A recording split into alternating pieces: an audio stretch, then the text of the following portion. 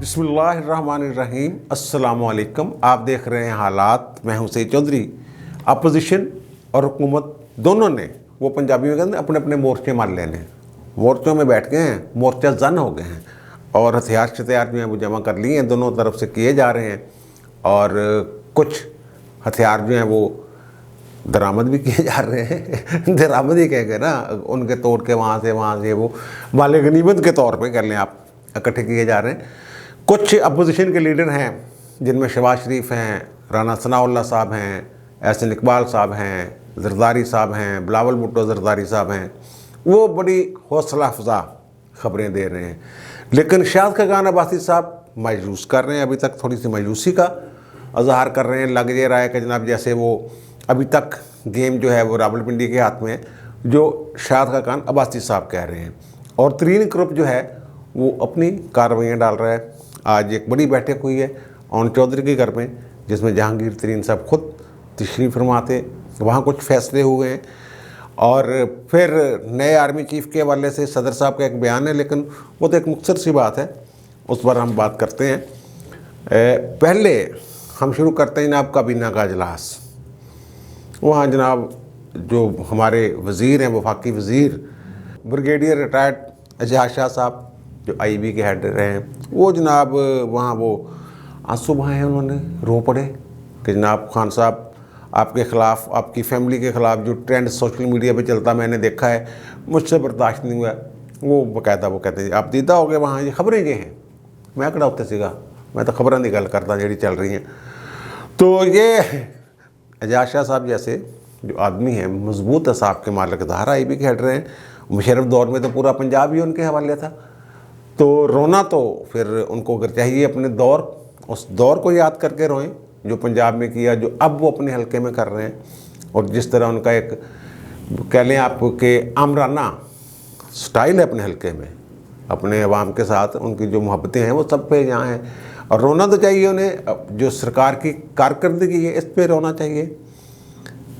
3 वक्त रोटी खाने वाला बंदा 2 वक्त पे आ गया है, 2 वक्त वाला 1 वक्त पे आ गया है। नाश्ता बहुत सारे ख़ानदानों ने छोड़ दिया करना, रात का बचा कुचा खाते हैं, इस पे रोना चाहिए।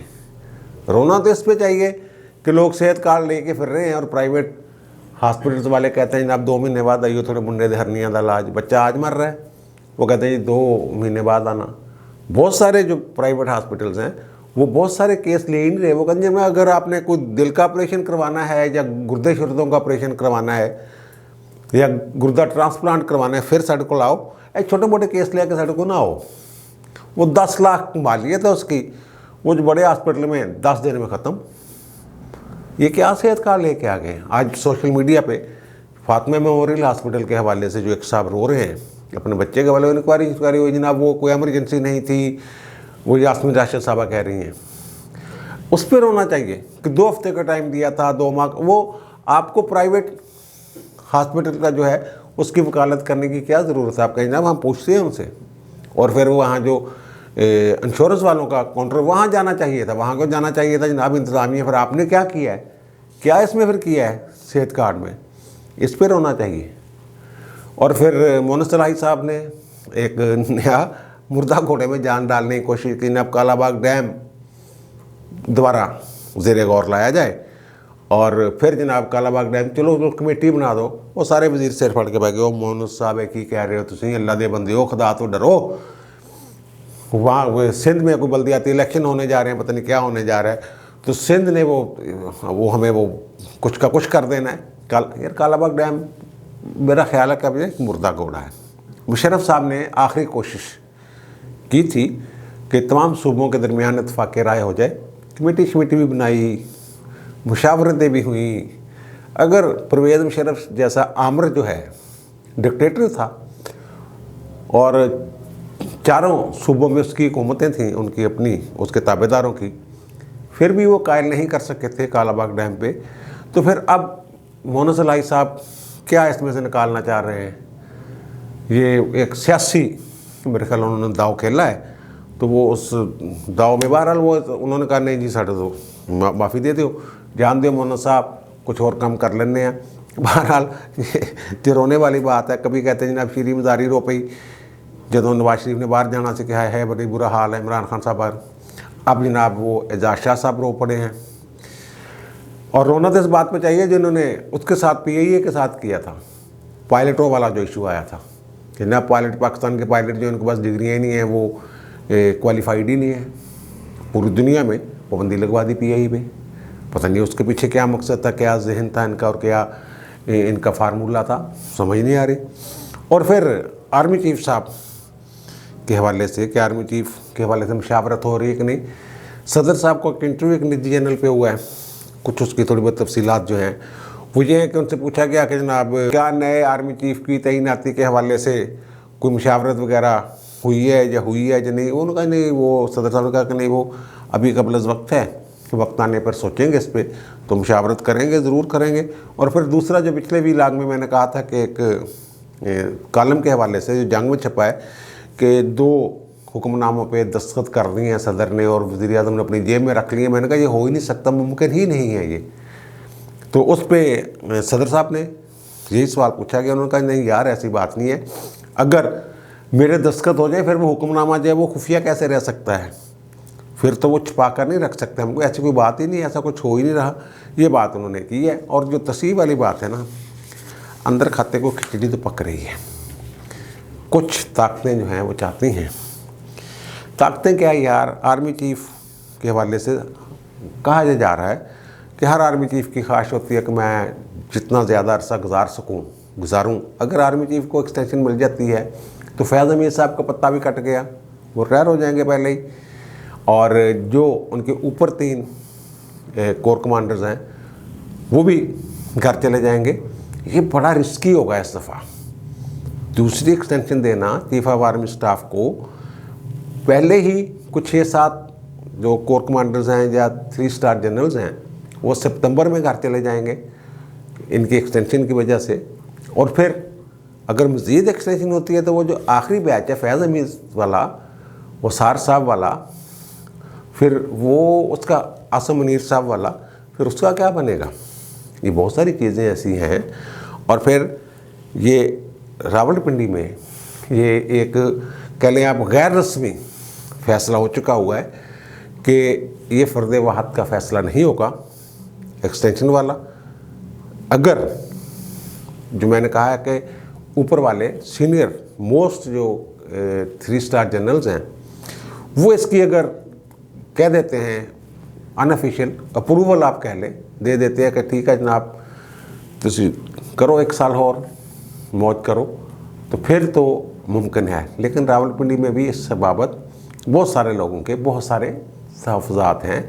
इवन ये कि फैज़ अमीर साहब के हवाले से वो कहते हैं जनाब ये तो एक कॉन्फिडेंशियल खुफिया बात होती है कि किसने आर्मी चीफ नया बनना है। वहाँ तो पहला फड्डा ही ये पड़ा था 6 अक्टूबर को कि जनाब ये पोज किया जा रहा है कि वज़ीर आज़म ने फैसला कर लिया कि अगला आर्मी चीफ कौन होगा। फड्डा तो यहाँ से पड़ा था।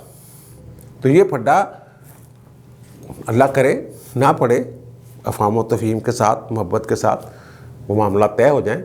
लेकिन ये वहाँ कुछ ऐसी खिचड़ी धुआं, वो कहते हैं ना यहाँ से धुआं उठता है, नीचे कुछ ना कुछ आग जल रही होती है, वहाँ से इस तरह का धुआं उठ रहा है।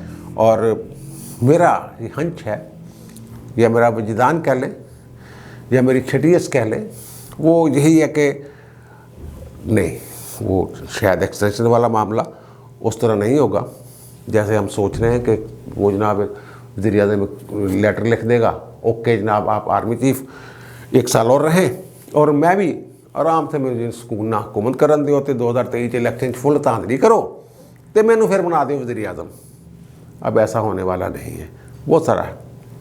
और दूसरी बात जो मैंने की है, अर्ज़ किया है कि हाँ वज़ीर आज़म साहब कल लाहौर में आ रहे हैं, वो भी डरे हुए हैं, वो जनाब मुलाकातें वगैरह कर रहे हैं अपने अरकान असम्बली से, पार्लियामेंट से। पहले तो वो उन्हें घास नहीं डालते थे, अब वो उनसे मुलाकातों के लिए वो लाहौर आ रहे हैं। इसमें जनाब जो जनूबी पंजाब वाले हैं और जो थोड़े से सराइकी पट्टी वाले हैं उनके साथ उनकी कोई मुलाकातें होंगी, एतमाद में लेंगे। वज़दार साहब भी होंगे और वज़दार साहब को बताएंगे जनाब कि आपने इनके साथ अच्छा सलूक करना है, इनकी बातें माननी हैं। वो जी सियासी रिश्वत रुश्वत की गल होंदी है ना इस तरह ही होंदा ना मामला यार कि तरक्याती काम इन्होंने इलाकों करवा दियो और ये कर दियो और वो कर दियो। और वो दौरे जो लाहौर है उसके दौरान सरगोदा वाले हैं, उनसे मिलेंगे, डेरा गाजी खां वालों से और साहिवाल डिवीज़न, ये डिवीज़नों की बात कर रहा हूँ, इन डिवीज़नों के वो अरकान असम्बली से मुलाकातें करेंगे वज़ीर आज़म साहब। और फिर बुज़दार साहब साथ होंगे और बुज़दार साहब को कहेंगे यार इनका ख्याल रखेगा। अब ख़बर ये है जो मैंने अर्ज़ किया कि कुछ लीडरान ऐसे हैं अपोजिशन के, PDM के, मौलाना साहब हो गए, मौलाना फजल रहमान साहब, हमज़ा के वालिद साहब, शहबाज शरीफ साहब, राना सनाउल्लाह साहब, ये तो उम्मीद दिला रहे हैं कि जनाब हमारे पास नंबर गेम भी पूरी है, सब कुछ ओके है, ठीक है, जब हम चाहेंगे मुनासिब वक्त का इंतज़ार कर रहे हैं, मुशावरत कर रहे हैं। जरदारी साहब भी यही कह रहे हैं, बिलावल भी यही कह रहे हैं कि हम कुछ ना कुछ कर लेंगे। जरदारी साहब जाके बैठ गए इस्लामाबाद में और राब्ते शाब्ते सुने उन्होंने कर दिए शुरू। और फिर अपोजिशन की PDM के अलावा PDM ने फैसला किया था कि कमेटियां बनाएंगे जो इत्तेहादियों के साथ बात करेंगे। अब ये खबर ये है इसमें कि अब पूरी अपोजिशन जो हैं उनकी जमातें जो हैं उनकी कोई कमेटी ऐसी बनेगी बाइख्तियार कमेटी, उसको इख्तियारात दिए जाएंगे इत्तेहादियों के साथ जो बात करेंगे जाके, और जो कमिटमेंट करेंगे उस पर अमल दरामद करवाएगी वो कमेटी और पाबंद होगी उस पर अमल दरामद करवाने की।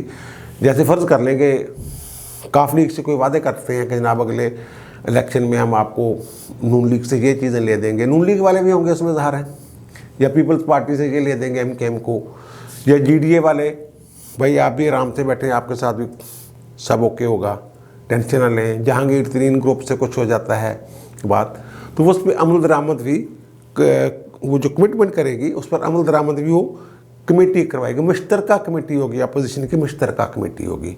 उसको मौलाना साहब जिरगा कह रहे हैं। जिरगा का मतलब ही यही बनता है, कोई जिरगा होता है वो भी फैसला करता है, अमल दरामद करवाता है, सारी पार्टियों को साथ लेके चलेंगे, वो तो है पुरुम्मीद। अब जो हमारे साबिक वज़ीर आज़म शहाद खान अब्बासी साहब, वो कह रहे हैं कि जब तक टेलीफोन आने का सिलसिला बंद नहीं होगा, टेलीफोन के सहारे ये हुकूमत खड़ी है, और टेलीफोन आने का जब तक सिलसिला बंद नहीं होगा ये हुकूमत जो है वो हम तहरीक एतमाद नहीं ला सकते, वो टेलीफोन रुकेंगे तो फिर हम लाएंगे। और फिर उन्होंने एक बात और की है कि जनाब जो हमारी नैब के केसेस हैं ये बराह रास्त नशर किए जाएँ, और यही बात शहबाज शरीफ के केसों के हवाले से, मनी लॉन्ड्रिंग वाला जो FIA वाला केस है, ये फवाद चौधरी साहब कह रहे हैं। फवाद चौधरी साहब तो खैर मीडिया ट्रायल करना चाहते हैं, ये चाहते हैं कि जनाब इसको लोग देखें कि जनाब वैसे शहाद खान अब्बासी के केसा में थे ऐसी गल है भी कोई नहीं कि जनाब उन्होंने उनके ऊपर जो केस हैं उनमें वो काफ़ी वीक केस है। लेकिन दूसरी तरफ ये अफवाहें ये हैं, अफवाह प्लस वो ये है कि जनाब खान साहब किसी न किसी अंदाज में इन चक्रों में पड़ गए हैं कि अदालतों को किसी तरीके से इस्तेमाल करके अपोजिशन वाले जो है ना, ख़ास तौर पे ये शहबाज शरीफ और हमज़ा वगैरह, इनको कोई अंदर शंदर करवाएं, बेले खारिज हो जाएं, कुछ और हो जाए, वो हाथ पांव बड़ा मार रहे हैं।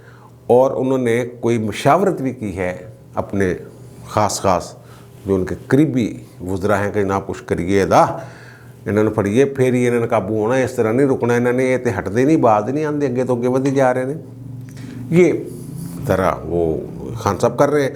लेकिन पता नहीं अब वो काबू आते हैं कि नहीं आते हैं। पीपल्स पार्टी वाले जो हैं वो अपने लॉन्ग मार्च की तैयारियों में लगे हुए हैं, वो 10 दिन में वो पहुँचेंगे इस्लामाबाद, और 34 शहर जो है वो वहाँ मुख्तलिफ, वो पंजाब में रहीम यार खां से होते हुए बहावलपुर, फिर वो लाहौर में आ जाएंगे, फिर GT रोड से झेलम वगैरह, फिर पिंडी और वज़ीराबाद, मुल्तान, गुजरांवाला, छोटे छोटे जलसे करते करते झेलम से फिर पिंडी और फिर वहाँ से इस्लामाबाद। वो भी अपने अंदाज में लगे हुए हैं कि हम बड़े पुरुम्मीद हैं। और इसी दौरान जरदारी साहब की जो कोशिश है इस्लामाबाद में बैठ के कि इसी दौरान ये तहरीक एतमाद का डोल जो है ये डाल दिया जाए। अब जो टेलीफोन वाली बात कर रहे हैं ना अब्बासी साहब, इसमें एक खबर, अजीब व गरीब खबर मैं आपको दूं कि बाप वालों ने अपने कुछ काम के लिए, मैंने जिक्र किया था, फ़ोन किया उन्हें कि जनाब आपके कहने पर हमने वज़ीर आज़म की बात मानी थी और वज़ीर आज़म ने हमारे साथ वादे शादे किए थे, तो अब वो पूरे नहीं कर रहे। तो उन्होंने कहा यार असी एहदे च नहीं आना मामले। अच्छा, अब चौधरी बरादरान जो हैं लाहौर में बैठे हुए हैं, इन्होंने राब्ते किए हैं उन लोगों से जिनकी तरफ इशारा कर रहे हैं शाद का कान अब्बासी साहब कि वो टेलीफोन करने से बाज नहीं आ रहे। ये मैं अर्ज़ कर रहा हूँ। तो उन्होंने अभी तक इसका जवाब नहीं दिया कि आपने क्या करना है। कुछ लोग जोड़ रहे हैं कि जिन्हें 1 साल की एक्सटेंशन मिल गई और ये हो गया तो वो हो गया। अंदर खाते इशारे यही हैं जो मेरी इतला है कि भाई अपनी मर्ज़ी करो, अपने मुस्तकबिल का फैसला खुद करो। PTI ने शायद तुहानू अगली दफ़ा कहा नहीं पाना, तो हुण तुसीं देख लो की करना की नहीं करना। बहरहाल उन्होंने अभी तक उन्होंने ये नहीं कहा, जो कॉफली की इतला है अंदर की, कि उन्हें ये कुछ जो इन्होंने राब्ते किए हैं उसके जवाब में उन्हें कुछ नहीं कहा गया। तेल देखो तेल की दार देखो टाइप कोई सूरत हाल है। यानी अगर ये फैसला करके ऐलान कर देते हैं अपने इंडिपेंडेंट सियासत के तौर पर, सियासी जमात के तौर पर, वो उसमें मुदाखलत नहीं करने वाले। लेकिन ये इस हद तक नीचे लगे हुए हैं रावलपिंडी के कि ये छोटे छोटे काम में भी देखते रहते हैं कि यार कुछ इधर इशारा मिल जाए तो फिर पक्का काम कर लिए, कोई और हो जाए। खान अपनी ज़िद पे अड़ जाता है। खान काफली के साथ अगले अगर उनको मिलता है मौका तो वो कहते हैं मैं नहीं चलना, किसी भी तहदी नाल मैं नहीं चलना। ब्लैकमेलर ने कहता ब्लैकमेल कर देने। और वो ओन चौधरी घर में जो जहांगीर तरीन वाली मीटिंग है तरीन ग्रुप की, वहाँ वही लोग जिनके नाम आ रहे हैं मुसलसल, वही लोग हैं उनके पास, वही लोग वहाँ बैठे हैं। तरीन साहब बड़े, वो भी थोड़े से काइयाँ हैं। उन्होंने अपना को फैसला फौसला देने के बजाय अपने लोगों से पूछा कि जनाब आप बताएं क्या करें। वो फैसलाबाद से कोई लीडर हैं इनके, वो सुना जनाब थोड़े से जज्बाती हो गए वहाँ पे। उन्होंने कहा कि जनाब तरीन साहब, वो उन्होंने किसी TV प्रोग्राम का हवाला दिया कि जनाब इमरान खान थोड़ा दोस्त दूस्त कोई नहीं हैगा, वो आपका दुश्मन बन चुका है, वो आपको और आपके बेटे को जेल में डालना चाहता है, तो आप कोई फ़ैसला लें, तगड़े होकर कोई काम डालें, जो भी करना है। इस तरह की बात उन्होंने वहाँ की है। और फिर कुछ लोगों ने कहा कि जनाब जज्बाती तौर पर फैसला करने के बजाय या फौरी फैसला करने के बजाय ये देखें कि अपोजिशन वाले जो हैं और PDM वाले हैं जो, वो अपनी जो नंबर गेम है वो पूरी कर पाते हैं।